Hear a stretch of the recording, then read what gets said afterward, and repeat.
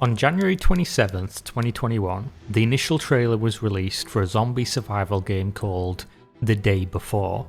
It was hype, people loved it, and who can blame them?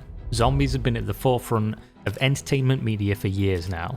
Despite that, we haven't seen too many success stories in the gaming space. There is definitely a lot of mileage left for zombie games. The trailer quickly drew reactions from gaming content creators, and it wasn't long before questions started to be asked regarding not only the quality of what was on display, but the validity of the entire project. After all, who were these developers? What had they done before that would lead us to believe they were capable of such a beautiful and ambitious game? And where was a small studio getting the money to fund it all? It would be an understatement to say that these questions led to a rabbit hole. It was too big and too deep to be considered such. Instead, we're 2 years later and we're still questioning everything. This is The Day Before, the most wished for game on Steam that might not even exist. There are two questions you're going to need to remember throughout this video. One, is The Day Before a scam? And if it is, what exactly is it they're gaining by doing this? So after the initial hype of the trailer, which ended with an ominous coming soon screen and a link to wishlist the game on Steam, things went quiet for a few months. That is until March of 2021, when Mytona, which is the company who owns the development team Fantastic, sent out emails to the media, myself included. They informed us of a special live stream to be broadcasted on the IGN official YouTube channel, which we should definitely tune in for and check out if we were interested in The Day Before. Getting your game on the IGN platform like this is a huge deal, and of course it would draw the attention of other news outlets, creators, and game enthusiasts alike. So people marked it on their calendar, March 31st at 9 PST. All we knew is that they were saying it's showtime and we would be among the first to see, and I quote, something exciting. But unfortunately, showtime it wasn't. The livestream was delayed 24 hours prior on March 30th and instead set to go live on April 6th at the same time. Fast forward a week, fans tuned in, they were excited to see the Day Before logo with some nice chill background music, and surely it's gonna start soon, right? Well, no, the music continued to play, but nothing else happened. If you fired up Twitter to check the official Fantastic developer account, you would soon discover they were having some quote, technical problems with the Day Before event. But worry not, you could enjoy the lakeside campfire radio while you waited.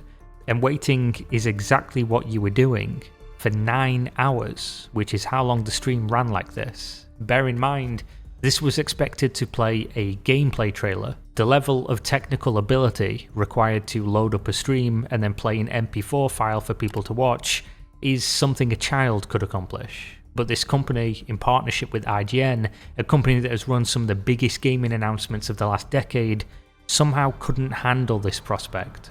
And so after 9 hours, the stream went down, and the Twitter account posted another update, stating the event was now postponed, and they'll set a new date soon. Now obviously this raised huge questions. Why did they delay it in the first place? Why did they set it if it wasn't ready? Was the gameplay trailer even there to be played? And why did they leave the stream up for 9 hours if they knew they couldn't get it to work? The only question we can really answer is that of competence. They seem to lack it. If a company can't get a trailer to go live, despite delaying it for a week already, how are they going to be able to deliver this massively ambitious game? The level of confidence in The Day Before was already low, but now the bar was set so low that even the most charitable person couldn't limbo it. But as we all know, public perception can easily be turned with hype. You're only ever one good gameplay trailer away from everyone forgetting what had happened in the first place. Which is why on April 9th, millions of people still watched eagerly. 13 minutes of gameplay was on display. Surely enough to prove to the doubters that this game really existed. After all, you could see driving vehicles around gorgeous landscapes, shooting zombies with awful efficiency, looting resources like food and ammo, entering and securing houses, and the tease of an intense player versus player interaction. After all, the most dangerous part of any zombie experience is always that of other survivors. But what any discerning video game enthusiast knows is that trailers are best taken with a 1 kilogram bag of salt in these modern times. Usually this statement refers to cinematic or teaser trailers, but it also applies to gameplay too. It is incredibly possible to massage the product to look infinitely better than the reality of the current state. For instance, you can build vertical slices of a game that have no underlying mechanics actually built on a wide scale, simply spending time to put together a sort of demo, a showcase of a small feature set in a very small area. You could spend hundreds of hours building this out, which oftentimes is hours wasted in development, since building for trailers is usually not the same as building for a playable experience. Usually games look awful for a very long time until they're actually near to being done. So when you have a trailer that's years out for a game that looks amazing, chances are that's not actually representing what the game is right now. It's essentially just makeup, it's marketing material, it's making it look pretty to sell the idea of what they think the game's gonna be. You can see this all across the industry. When a game's announced, it looks great, and then maybe a few years later it still looks good, but it's not usually as good as what you saw back then. The reason you can make it look graphically way better is due to the lack of a grander scale. The game might actually suffer from performance issues if this was a fully built game, but in a small vertical slice you can probably make it perform pretty well. Now that isn't to say this is what the day before was doing, but as we go further down the rabbit hole, the question remains and the possibility grows. Remember at the start of the video, I asked you to keep two questions in mind. Is the day before a scam? And if it is, what do they gain? Now to answer the first question, you would need to know what it is they're gaining in the first place. After all, the game isn't crowdfunded, they're not accepting pre-orders, and they're gaining zero money from the public. So how could it be malicious, or how could they be manufacturing this if they had no reason to do so? Prepare to stream something amazing after the event. What does that mean? Is something coming today, guys? You've just seen some new videos from the day before, and you know the release date. We're looking forward to delivering the day before for you. And now we have something more. Our second inner team at Fantastic has been working on something super fun over the year. We're happy to show you our new game, Propnight. Join Propnight open beta right after the event. The most wishlisted game on Steam, a game that was being covered by thousands of YouTubers and Twitch streamers with a combined audience in the millions or tens of millions, was using email invites to hook people into a live trailer launch, teasing the potential to play and livestream something amazing after said trailer. Everyone thought this was going to be a surprise drop of the day before, with an alpha or something like that for people to play, to show off that they had a product. That something amazing though was Propnight, an unrelated game that this tiny indie development studio had apparently been working on in conjunction with the day before. And the marketing, of course, had worked. The game peaked with thousands of players and over 100,000 Twitch live viewers on launch day, before of course inevitably falling to obscurity over the coming months of 2022. This was a fantastic attention grab using the clout that they'd garnered for the day before, one that would have paid off like almost nothing else if the product they promoted was of sufficient quality. And that's not to say Propnight isn't good, but it's not a fantastic game. This is not something that people were crying out for. This is not the most wishlisted game on Steam. If it had been, this would have been propelled into a realm of success that is hardly possible from organic methods. Instead, what they got was initial interest and then a surge of complaints about the bait and switch tactic that they'd used. Essentially what they'd done here is traded the long-term trust and the public perception of their company, which was already at a low due to the fact nobody had seen the game, for a short-term boost on Propnight. And maybe in a stroke of genius to kind of soften the blow a little bit of this announcement, they did say when the launch date would be, June 21st, 2022. Roughly 8 months until people got the real thing, the game that they were here for. Now as of the next 6 months, nothing really happened. There was a 60-second Nvidia RTX clip, and then the website also went down, with zero explanations. But that's not a huge deal, right? Of course, not in isolation, and certainly could be entirely innocent, but in context, it was yet another arrow in the quiver of doubt. and another question mark as to not only the legitimacy, but the competence of this team that nobody truly knew anything about. Now at this stage, as fans usually do as they're waiting for something, if you're too quiet, they get quite upset, and people are asking questions. You've been talking about Propnight, you've been updating Propnight. Where's some more news on the day before, the game we actually care about? The developers replied on May 3rd, 2022, with an announcement to an announcement, something that isn't uncommon in the games industry, but it's pretty annoying. The day before news will be this week! Which does sound hype, and people were like, okay good, there's going to be news. But unfortunately that news was they were delaying the launch, something that a lot of people expected because they weren't really showing the game, which made no sense a month before launch. That's presumably when you'd be doing the most marketing. As for the reason for the delay, well, that was the fans' fault. You see, they were truly DJ Khaled here, just suffering from success.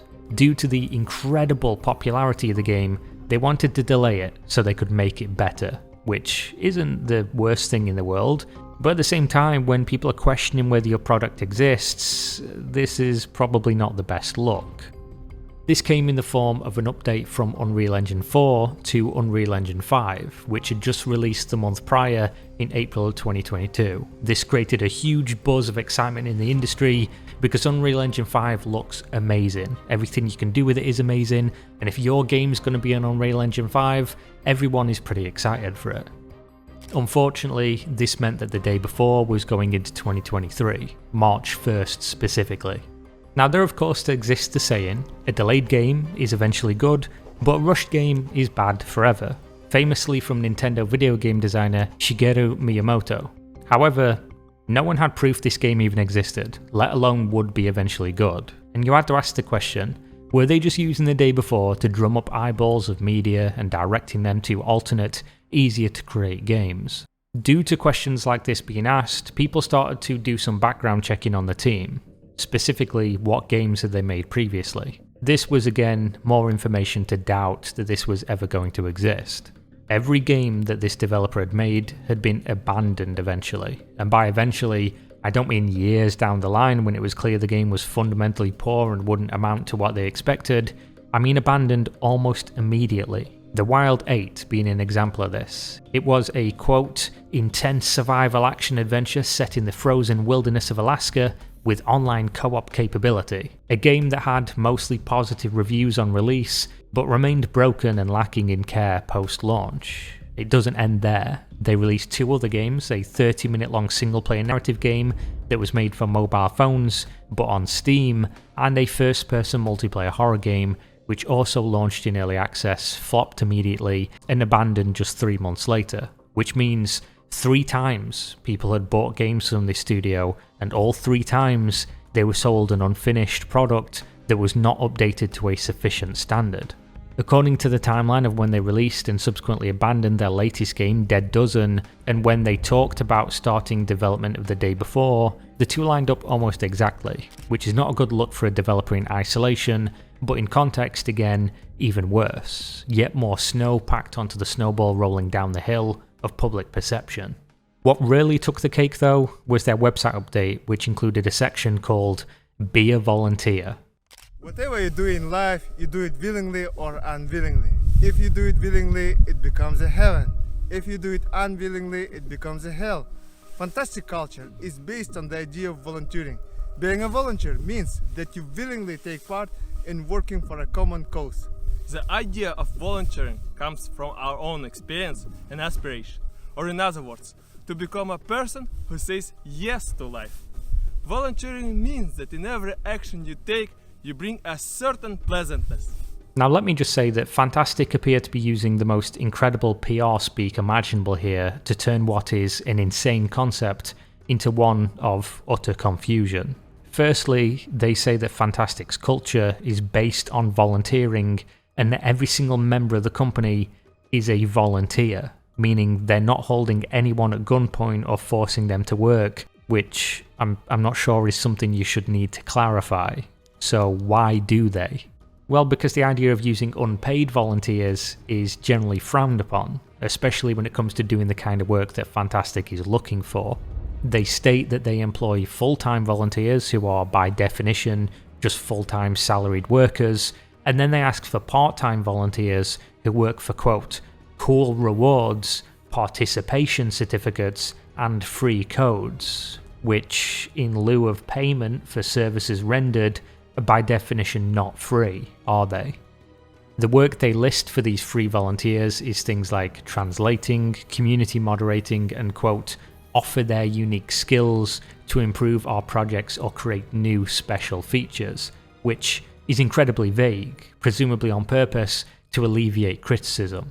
Now, just to clarify, Fantastic did come out in defense of all this, writing to Kotaku that the unpaid labour they were soliciting didn't actually write game code, but instead did things that also take time and usually garner salaries, such as localization, which alleviates the question of how is this game going to be good if they're using unpaid random people to code it, but begs the question why they think it's okay as a company claiming to be delivering the future of survival games in a massive multi-million-dollar AAA fashion while not paying for industry standard jobs. Now fast forward to 2023, YouTuber Big Fry posted a video discussing yet another incredibly suspicious aspect of Fantastic's marketing surrounding the day before. The studio released on January 4th, 2023 a video titled Life at Fantastic. As a YouTuber myself, I'm keenly aware of what is product placement and what is organic. This entire video watched like a dedicated and poorly obfuscated advertisement. The product on display is front and center throughout the 5-minute runtime. It's called the Continent app. They mention the Continent app multiple times in name throughout the video, which is incredibly inorganic and jarring. They also talk about their external volunteers again, and this is unclear whether they're talking about the paid or unpaid ones. The curious part of this though comes when you search the Continent app that they were pushing. Would you have guessed that this app is developed and owned by none other than Fantastic themselves? If you did guess that, congratulations. But you know what? In true Fantastic fashion, this gets even worse. They teased this Life at Fantastic video on their social media, claiming it will include new details about the game people are waiting for the day before. They were trying to direct their massive army of fans to come and view it. The video released only a few hours after an Nvidia exclusive showcase, which of course also directed eyeballs to Fantastic social media. Does this seem familiar at all? But wait, there's more. It seemed like yet another bait and switch, in almost the identical fashion as previously with Propnight. Hey, you, interested fans of this game, come look at this cool day before information. Oh, what's that? Another product you don't care about but we happen to have created in the last few years? That's crazy, I wonder how that got there. And to make it even stranger, this video went live with a normal video description, but less than an hour afterwards, they updated it to include a Continent app link which says, quote, download Continent, and then a pinned comment with the same text and link. Something that advertisers will usually stipulate you do for YouTube videos so the maximum amount of people see it and are more likely to go and click on the product. And of course, to make it as sketchy as possible, when people called them on it, they removed the pinned comment, changed the Continent app link to fantastic.com, turned off likes and dislikes to hide the massive dislike ratio, and then turned off the comments so people couldn't talk about it. If that isn't shamelessly being caught red-handed for something a child could see through, I don't know what is, and I don't know why they thought this would work, or that people wouldn't notice.